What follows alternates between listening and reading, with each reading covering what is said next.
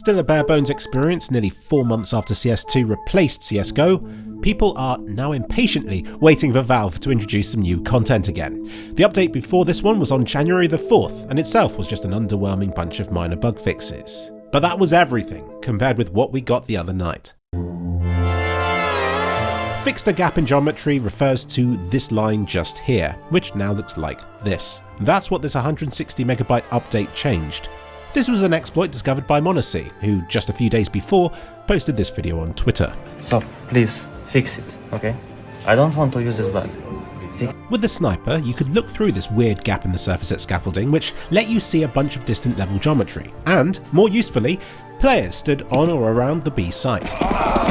I carefully and methodically tested all sorts of common player spots, and found it difficult to make out who was where, since the gap you see through is very narrow, partially obstructed by nearer scenery, while other bits are completely invisible.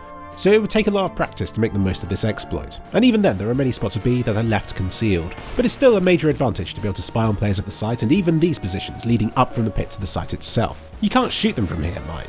That would have made this video at least slightly interesting, but this gap did at least grant players stood at A a way to spot enemies pushing B. Perhaps more immediately beneficial is to be able to spot players approaching you on side. You still can't wallbang them, but can ready yourself and then jump out at them and be like, aha! Which was very cool, until it was fixed. Now all we need is the rest of the game. Valve, please add.